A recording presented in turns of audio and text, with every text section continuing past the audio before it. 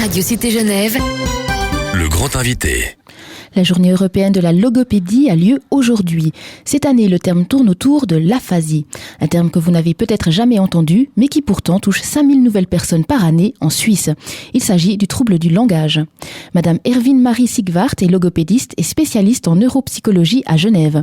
Bonjour Madame Sigwart. Bonjour madame. Et merci d'être avec nous sur Radio Cité Genève. Avec plaisir. Tout d'abord, pouvez-vous nous expliquer peut-être plus en détail ce qu'est l'aphasie ? Alors l'aphasie, c'est un trouble du langage qui survient quand, si vous voulez, le cerveau est touché.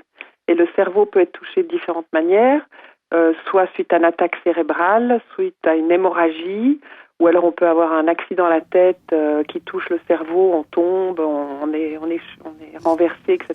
Ou alors on peut encore avoir une tumeur.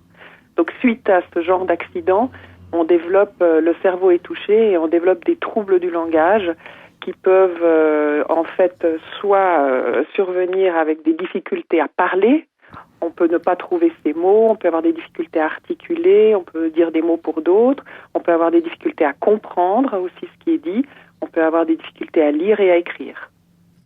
Et quelles sont les méthodes adaptées pour réapprendre à parler justement ?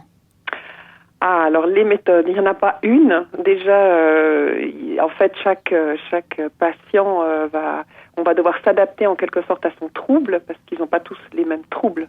Donc, il s'agit, par exemple, un trouble qui est extrêmement fréquent chez des personnes aphasiques, c'est ce qu'on appelle le défaut du mot, le manque du mot. Donc, ces personnes ne trouvent plus leurs mots et disent un mot pour d'autres. Par exemple, elles vont dire à la place de table, elles vont dire ou bien chaise, ou elles vont transformer le mot et dire tal, etc. Donc, on va essayer, si vous voulez, de remettre en place ce langage et on utilise pour ça différentes méthodes. On utilise beaucoup l'ordinateur aujourd'hui, c'est quelque chose de beaucoup plus investi. Donc on peut travailler sur des images à l'ordinateur ou on travaille avec des images en dehors d'un ordinateur. On peut travailler avec des phrases à compléter qu'on va donner au patient et que le patient va essayer de remettre des mots dedans. On peut lui donner des définitions à partir desquelles il doit essayer de retrouver le mot. Ça dépend un petit peu de ce qu'on va travailler. Donc si c'est le langage oral, le langage écrit, la compréhension, l'expression, etc. Et c'est donc le rôle du logopédiste à réapprendre à parler à quelqu'un ? Absolument, oui. Alors là, il n'y a aucun doute là-dessus. Oui, c'est vraiment son métier. Il s'oriente de par ses études pour travailler dans ce domaine. Et alors après, le logopédiste peut travailler chez l'enfant, chez l'adulte. Il y a différents types de troubles. Mais en l'occurrence, dans l'aphasie, on s'oriente exclusivement pour travailler chez la personne qui a perdu le langage. Ça pourrait être chez l'enfant, cela dit. Il y a des enfants qui, malheureusement, dans le cours de l'évolution de leur langage, ont leur cerveau touché et donc des troubles. Mais le plus souvent, c'est chez l'adulte et c'est même la personne plutôt âgée à partir de 70 ans que ce genre de troubles surviennent. Parce qu'en fait, si vous voulez, avoir une attaque cérébrale survient davantage à l'âge à partir de 70 ans qu'avant. Il y a à peu près 10% de personnes aphasiques qui ont moins de 60 ans, mais qui sont du coup encore actifs et qui donc professionnellement, pour qui ça pose un grave problème d'être dans cette situation-là. Et comment se déroule l'aphasie multilingue, donc quelqu'un qui doit réapprendre à parler sa langue maternelle ainsi qu'une des langues nationales suisses ? Alors, effectivement, c'est une situation extrêmement fréquente dans notre pays. Je dirais que la première chose, c'est qu'il faut évidemment essayer de rééduquer la personne dans la langue qu'elle souhaite. Mais évidemment, si c'est possible. Donc, en fait, la personne ne souhaite pas toujours être éduquée en Suisse dans sa langue maternelle parce que les personnes qui sont immigrées depuis un certain nombre d'années parlent évidemment donc le français comme deuxième langue et en général, c'est la langue qu'elles utilisent le plus tous les jours. Donc, souvent, ce qu'elles demandent, ces personnes-là, c'est d'être rééduquées plutôt en français qu'en italien ou en anglais, etc. Donc, on va rééduquer la personne dans la deuxième langue.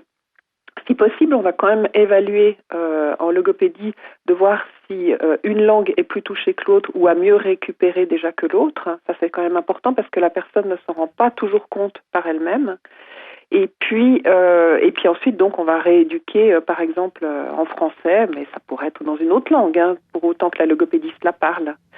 Et puis, on sait qu'à peu près dans 50% des cas, il y aura de toute façon un bénéfice sur l'autre langue parlée. Donc ça, c'est quand même évidemment positif.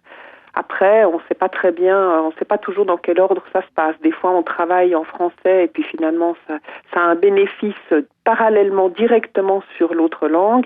Des fois, l'autre langue récupère mieux, mais dans un second temps, il n'y a pas vraiment de règles par rapport à ça. Et donc 5000 nouvelles personnes par année en Suisse qui sont atteintes d'aphasie. Quelles sont vos attentes vis-à-vis de cette journée dédiée au thème de l'aphasie ?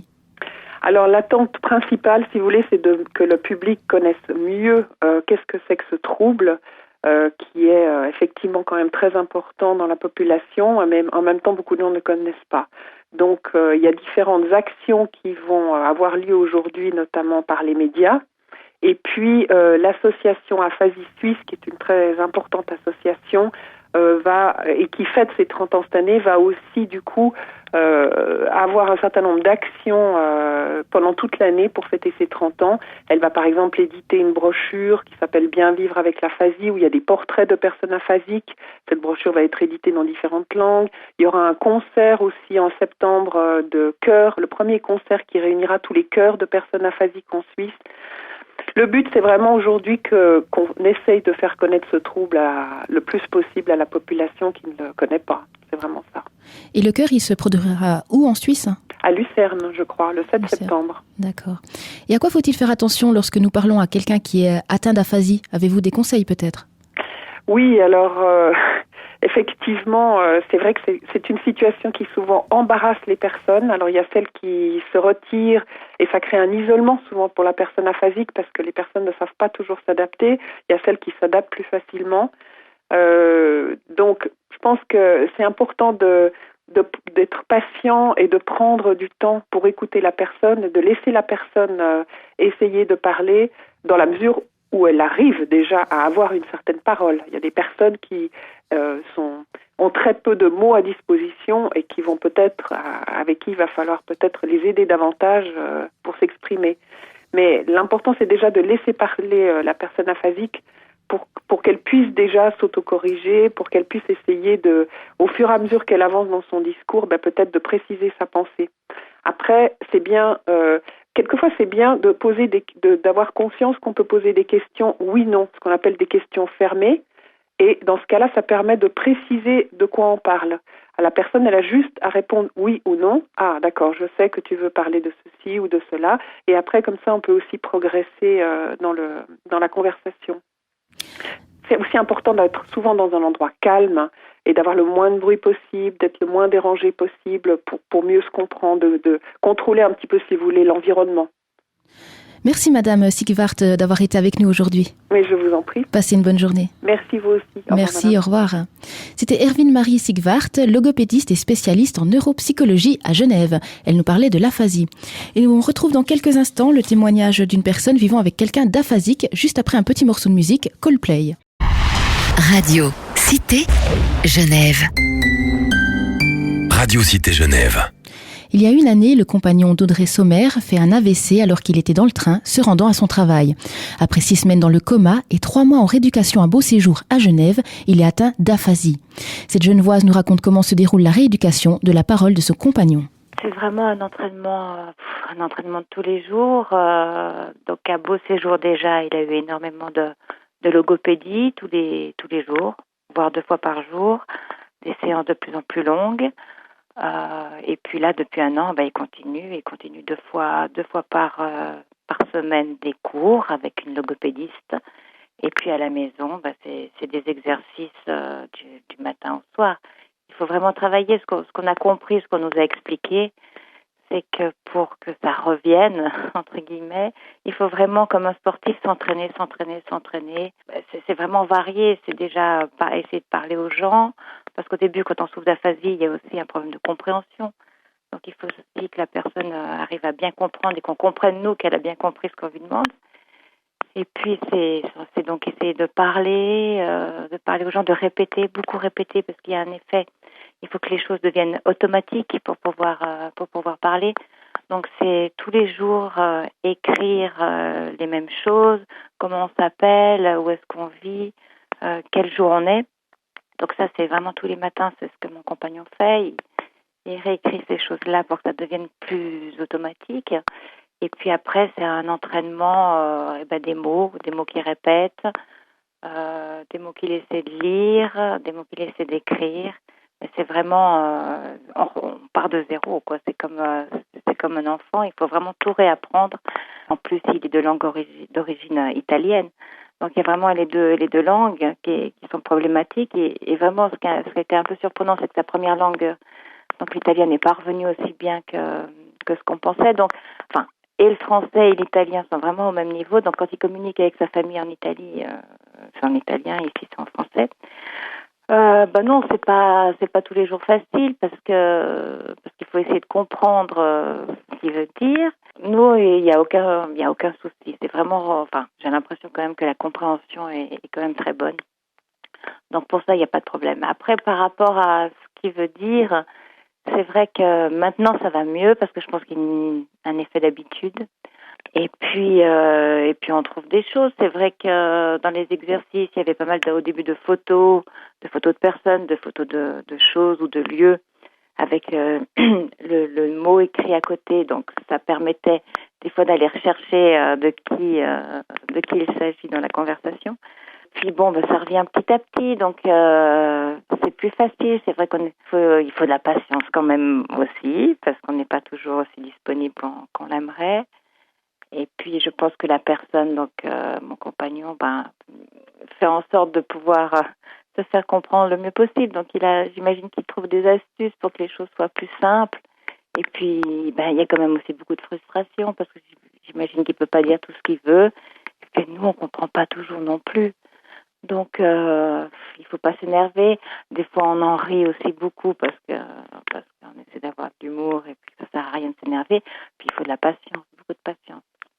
Et la rééducation est-elle prise en charge par l'assurance ?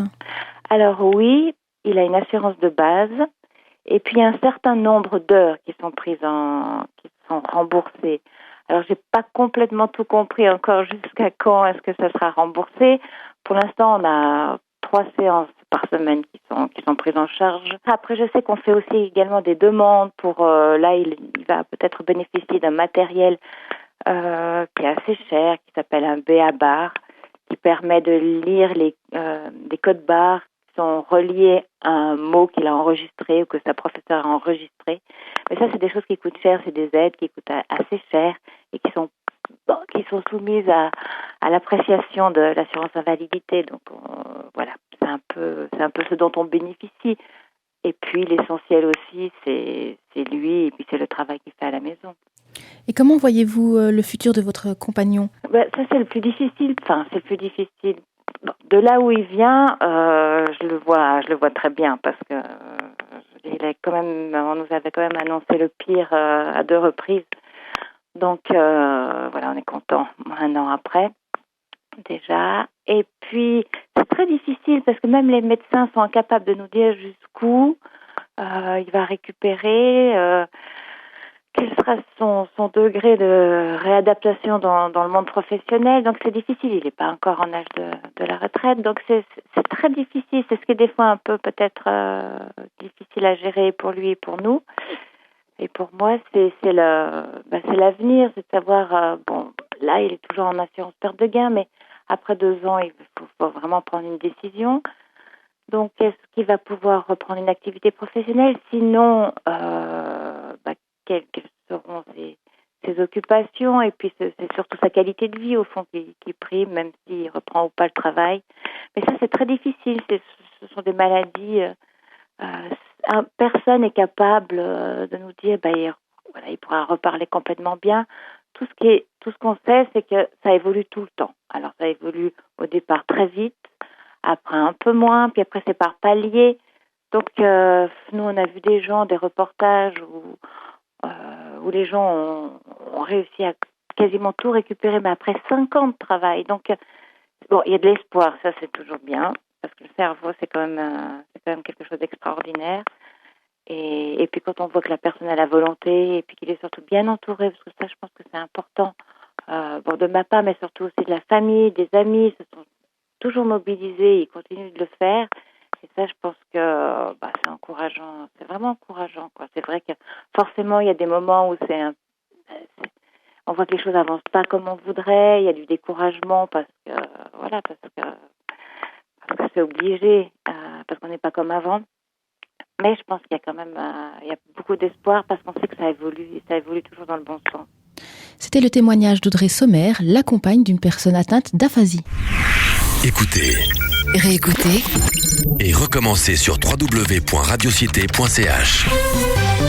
Tous les programmes de Radio Cité Genève sont disponibles en intégralité sur Internet. Info, Talk, tous nos invités à n'importe quelle heure de la journée, en podcast sur www.radiocité.ch. Radio Cité Genève.